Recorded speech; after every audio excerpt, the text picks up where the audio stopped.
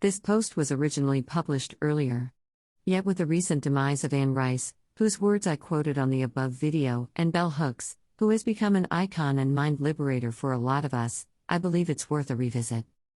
I have just written something on one of my earlier blogs. I may have indirectly stated that if I were to choose a piece for my rest and recreation time, my go-to ones would tend to be those that tickle my imagination, allow me to escape the clutches of negativity, and come up with ideas to make things better for a future reality. Yet there are times that the path towards respite and enlightenment is possible not only through fictional pieces. For, at brief times, a nonfiction work sample or blurb could also pique my curiosity and make me decide to pick up a book from another albeit unexpected genre because of that promise of hope and betterment. Well, even J.K. Rowling had a change of heart recently, albeit on a different topic, when she wrote for the New York Times, "How many times have I been asked whether I believe in magic?" On the day I finished The Christmas Pig, for a few shining moments I really did. That's when she used to say and is often quoted, "I don't believe in the magic in my books." I am not looking for an excuse. You and I may even find ourselves on opposite sides of Rowling's personal conversations on the web these days. Yet we're supposed to be in a free country, and a free world is what we're after. So why curtail one's thoughts that don't trample on anyone's shoes nor violate any legal or moral parameters, but are merely expressive of one's individuality, right? Right. Without further ado, here's the list of the 8 nonfiction books that graced my shelves and made my days brighter in each of their own respective ways. They have painted pictures not only of possibilities but also of realities through actual, first-hand life accounts deliberately called and meant as so. Lofty ideals in relatable terms. And Then I Met Margaret by Rob White. My rating, 5 of 5 stars. There are things that we thought are true, and yet they turn out to be not so. As we live each day, there are opportunities for knowing what is not versus what really is. Learning is a lifelong process that we could acquire in almost everything and everyone, although we aren't aware that such is the case more often than not. In this memoir, White takes us on a practical and relatable journey in his life story and how he discerned realities among the myths. With only the slightest hints of flaws, this piece is well written and truly insightful. Here's the link to my full Amazon review about the piece. An amazing woman's story of resilience. Reconciled, Black by Experience, My Struggle for Legitimacy by Dana Clark Jackson. My rating, 4 of 5 stars. She became an illegitimate child because it had been illegal for her parents to marry. Quite odd, but it had been true at that time. It's more than a bit ironic, too, because of her extended family's beliefs. There were points in time that she felt she was not black and not white, and when being either one works to her disadvantage. How difficult that could be, indeed. Those don't completely sum up what she had to go through because she experienced far worse. Yet, she turned those negative memories into something better. There may have been technical flaws in the version I read, so I can't give it a perfect rating, but her story is stoically told and inspiring nonetheless. Without the usual parameters to consider, this book should deserve 5 stars. Check out my full onlinebookclub.org OBC review through the following link, https://forums.onlinebookclub.org/fi.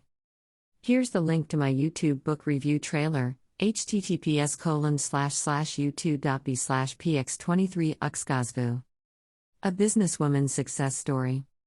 Finding the Exit, It's Not Where You Start, It's Where You Finish by Lee A. Ellermeyer. My rating, 5 of 5 stars. Is a person's success determined by one's birth, nurturing, experiences, and other circumstances alone, or could one decide one's eventual fate? This memoir is a straightforward yet relatable anecdotal account of insider stories that may not be prescriptive and yet descriptive enough to point us to the right answers and direction. Check out my book review trailer for the piece here, https://youtube.b/3cxpu. www. Here's the link to my full OBC review, https://forums.onlinebookclub.org/fi. Against All Odds. It's Easier to Dance, Living Beyond Boundaries by Annie Harris Meacham. My rating, 4 of 5 stars.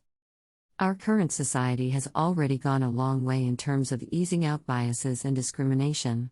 Not only policies but laws have been instituted as a testament to such progress.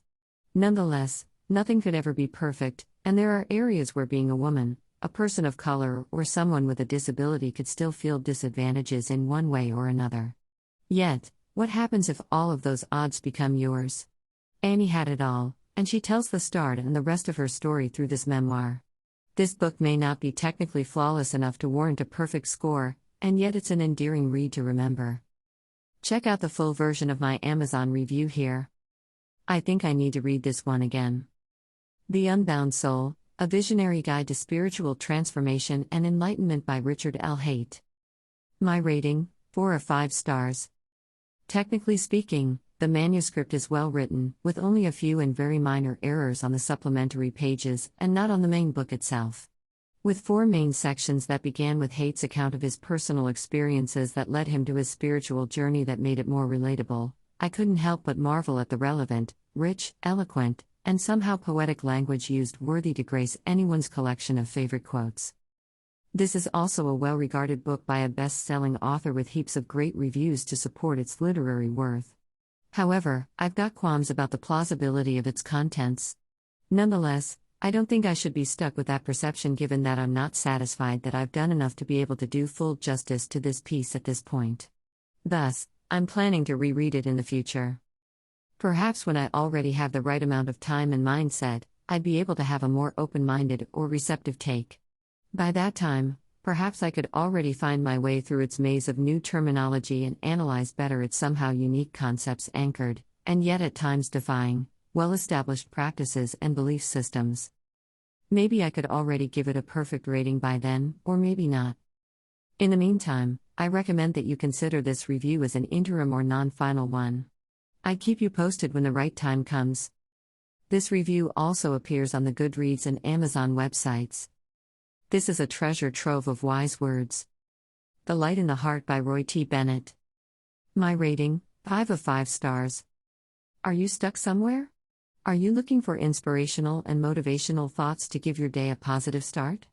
Then you check out this collection of golden nuggets of wisdom.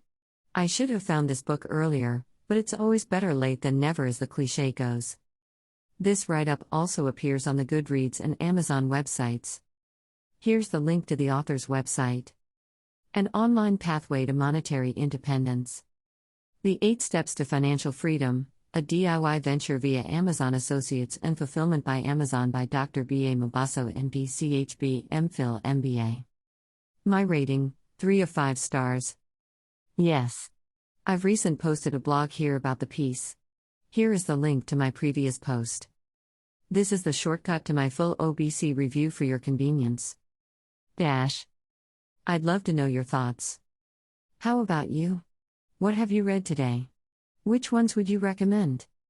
Goodreads reviews, onlinebookclub.org reviews, Amazon.com reviews, Amazon.com.au reviews.